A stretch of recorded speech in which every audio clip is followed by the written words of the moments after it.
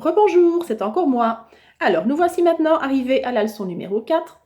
Ce que je trouve chouette, c'est que lorsque je donne mes leçons, je n'ai pas un bruit dans la classe. Personne ne se lève, personne ne bavarde, tout le monde est très attentif. Maintenant, je dois vous dire que ça me manque quand même un petit peu aussi. Alors, aujourd'hui, on va tout simplement transformer des fractions en nombres à virgule. D'accord? Parce que plus tard, on devra les placer sur une droite numérique. Et pour pouvoir les placer sur une droite numérique, il faut d'abord pouvoir les classer les unes par rapport aux autres, voir laquelle est la plus grande, laquelle est la plus petite. Ok? Donc aujourd'hui, on va d'abord les transformer. Vous prenez la première feuille, la feuille de la leçon, sur laquelle se trouve un petit rappel.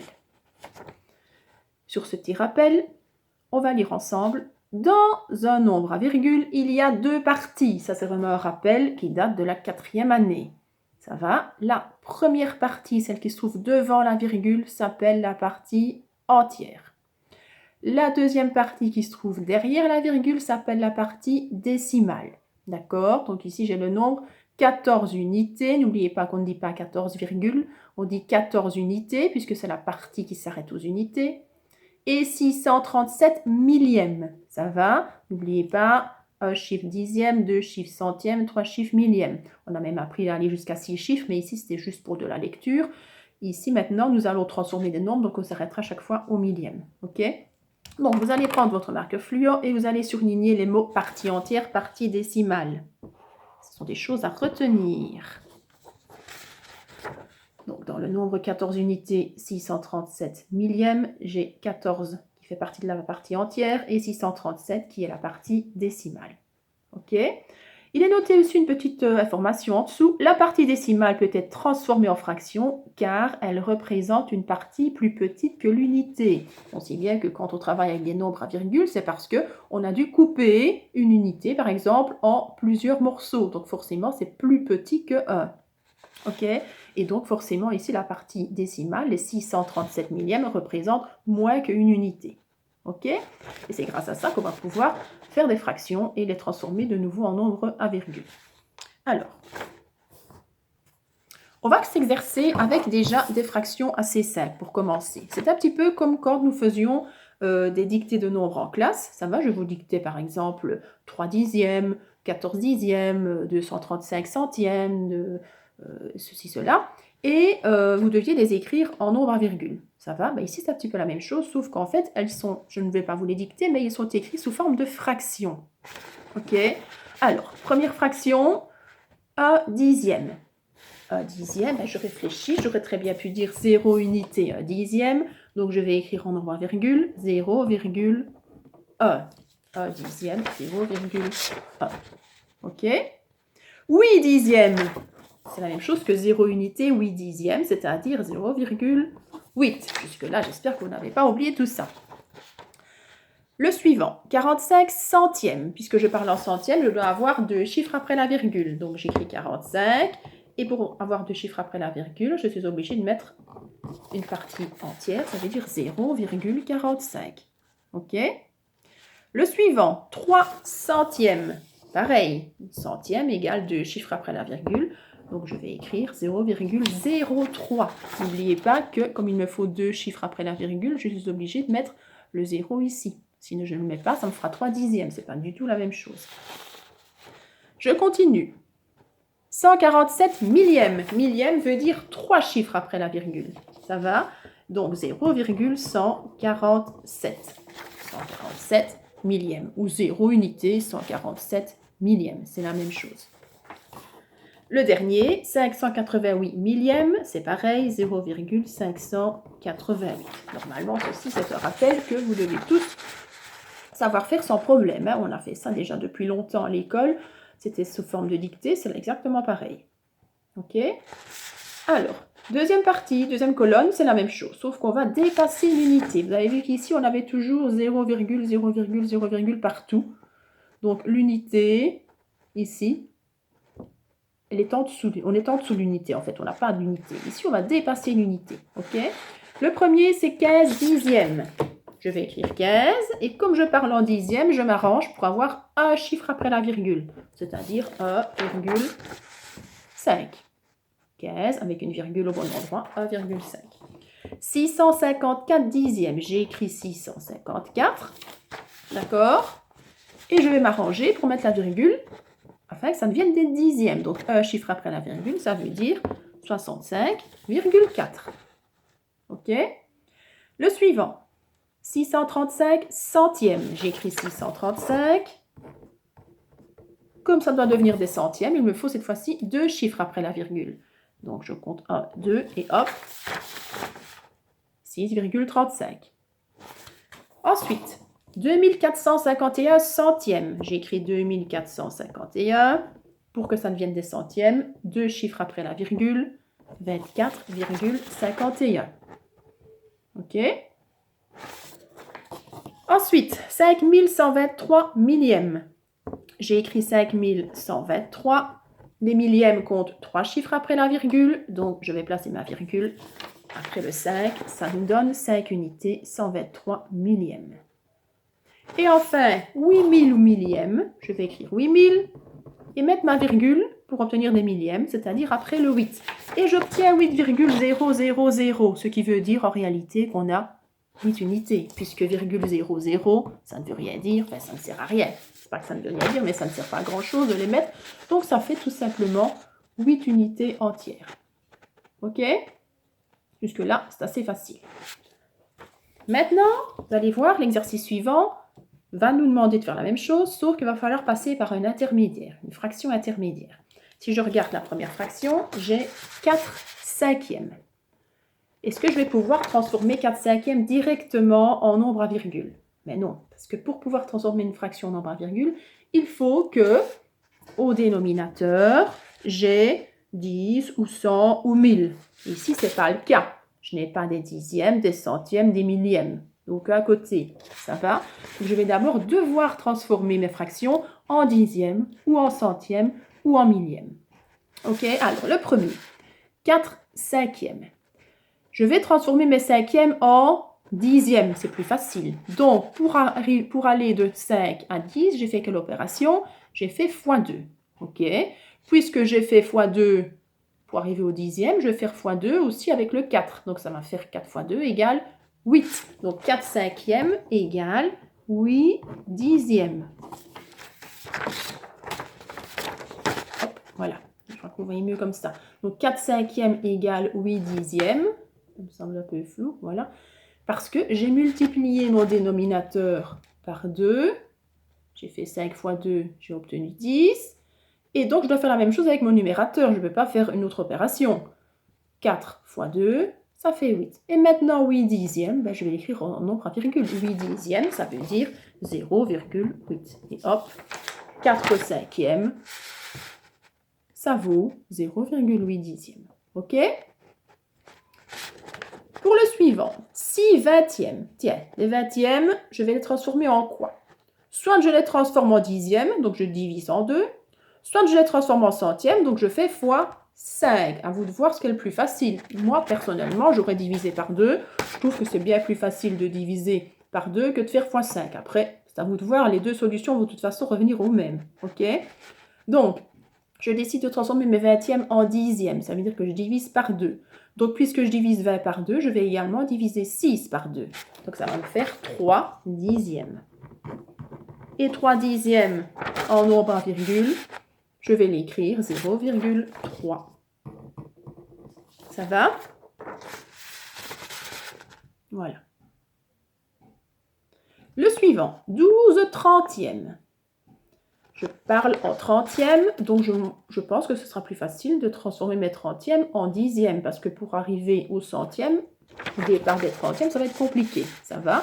Donc, je vais transformer mes trentièmes en dixièmes. Pour passer de 30 à 10, je fais diviser par 3. Donc, je vais prendre 12 et également le diviser par 3. Ça va? 12 divisé par 3 égale 4. 4 dixièmes égale 0,4. Le suivant, 7 25e. Est-ce que je sais passer de 25 à 10, comme je l'ai fait jusque maintenant? Non. Donc là, je vais être obligée de passer de 25 à 100. Donc, pour passer de 25 à 100, j'ai fait x 4. Donc, je vais également faire 7 x 4. 7 x 4 égale 28. Et comme j'ai transformé en centièmes, ça fait 28 centièmes. Et 28 centièmes en nombre à virgule, ça s'écrit 0,28. Donc 7/25e égale 0,28. Vous voyez, vous savez transformer des fractions en nombre à virgule sans problème. OK? Deuxième colonne. Vous avez vu qu'il y avait 2 transformations à faire. OK? Alors, 9 cinquantièmes. Je ne le voyais pas. 9 cinquantièmes. Je vais transformer mes cinquantièmes soit en centièmes. Je vais passer de 50 à 100 en faisant x2. Soit je vais transformer mes cinquantièmes en dixièmes en divisant par 5. Sauf que, si je décide de diviser par 5, est-ce que je vais pouvoir diviser 9 par 5? Non. Donc là, je n'ai pas le choix. Je vais plutôt transformer mes cinquantièmes en centièmes. Comme ça, je vais faire x2 et je devrais faire 9 x 2 aussi. Ça va? Donc 9 x 2 égale 18. 50 x 2 égale 100. Ce qui nous fait 18 centièmes. Et 18 centièmes, ça s'écrit 0,18. OK? Alors, j'arrive au suivant. 24 quarantièmes. 40. Les quarantièmes, je vais passer de 40 à 10. D'accord? C'est plus facile. Donc, je vais diviser par 4. Est-ce que je sais également diviser 24 par 4? Oui, c'est dans le comptage. Ça va? Donc, 24 divisé par 4 égale 6. 40 divisé par 4 égale 10. Donc, 6 dixièmes en nombre à virgule, c'est écrit 0,6. Ça va? Le suivant, 84 2 centièmes. Je vais passer de 200 à 100. Ça veut dire que je vais diviser par 2. Donc, 84 divisé par 2 égale 42. 42 centièmes, je vais l'écrire 0,42. OK? Et le dernier, 8 septante-cinquièmes. Alors, 8 septante-cinquièmes, comment est-ce que je vais faire? Je vais d'abord transformer mes 75 en un nombre qui soit il me faut des dixièmes, soit il me faut des centièmes, soit il me faut des millièmes. Est-ce que je sais passer de 75 à 10? Non. De 75 à 100? Non plus. De 75 à 1000? Non plus. Donc, qu'est-ce que je vais faire? Je vais devoir faire 2 étapes. Ça va?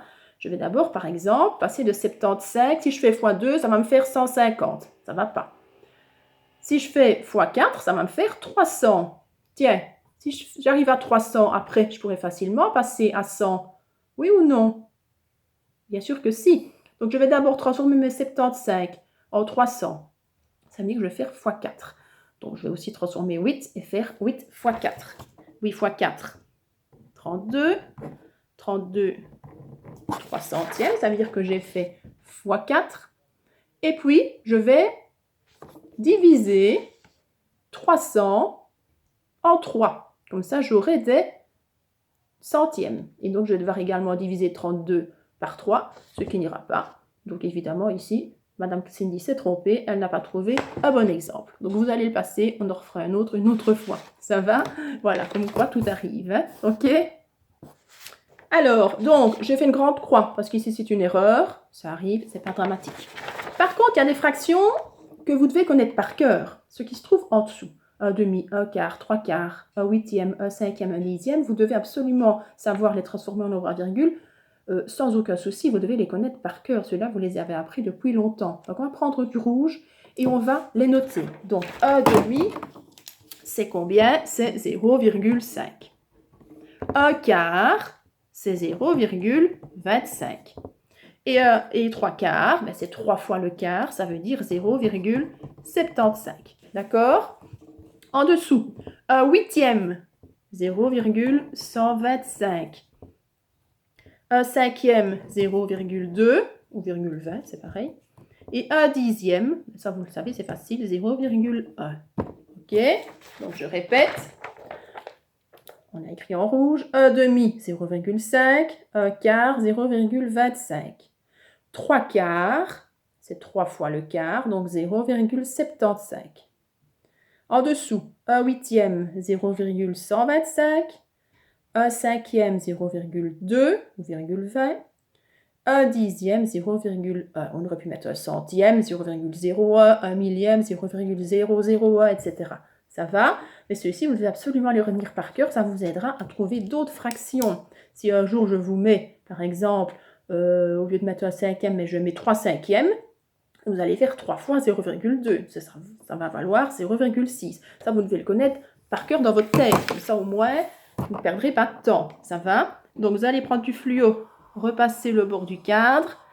Et je vous fais confiance pour étudier ces 6 fractions-là. C'est important. Hein, c'est important parce que vous gagnez du temps pour tout le reste. Maintenant, si vraiment vous n'y arrivez pas, ce qui serait dommage, eh bien, il va falloir que vous calculiez comme ce qu'on a fait ici au-dessus. Parce qu'il y a des fractions comme celle-ci, évidemment, où là, on n'a pas le choix, il faut calculer. Tandis que celle-là, si je les connais par cœur déjà dans ma tête, ça va me faire gagner du temps et on va arriver plus facilement à faire les autres exercices. OK? Voilà, alors la feuille qui suit, c'est la feuille d'exercice, justement. Exercice numéro 1, c'est la même chose que ce qu'on vient de faire. Celui-ci, il est facile parce que je n'ai pas besoin de transformer. Ça va? 9 dixièmes, c'est 0,9, etc. Comme si on faisait une dictée de nombres. Deuxième exercice, là, il faut transformer en 2 étapes, encore une fois. 5 25e, ben, je vais transformer mes 25e en centièmes. Et puis, je pourrais mettre le nombre à virgule. OK? 16 20e, ben, je peux transformer mes 20e en dixièmes. Et puis, je peux transformer mon nombre à virgule et ainsi de suite. Ça va?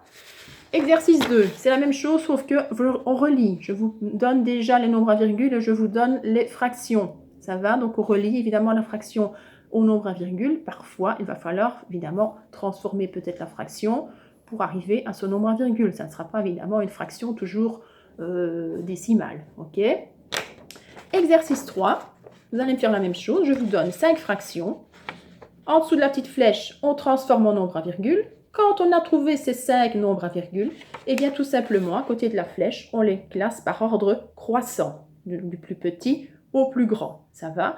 Moi, je vous conseille, je vous l'ai noté de la consigne, je vous conseille en transformant ici toutes vos fractions en nombre à virgule, de transformer tout en centièmes. Vous aurez beaucoup plus facile après pour pouvoir les classer parce que ce seront toutes des fractions en centièmes. Ça va? Voilà, je vous souhaite du bon travail, j'espère que ça va bien se passer. N'hésitez pas à revisionner si vous n'avez pas tout compris, à m'envoyer un message si vous n'avez pas tout compris également. Et j'espère qu'on se reverra vite. À bientôt!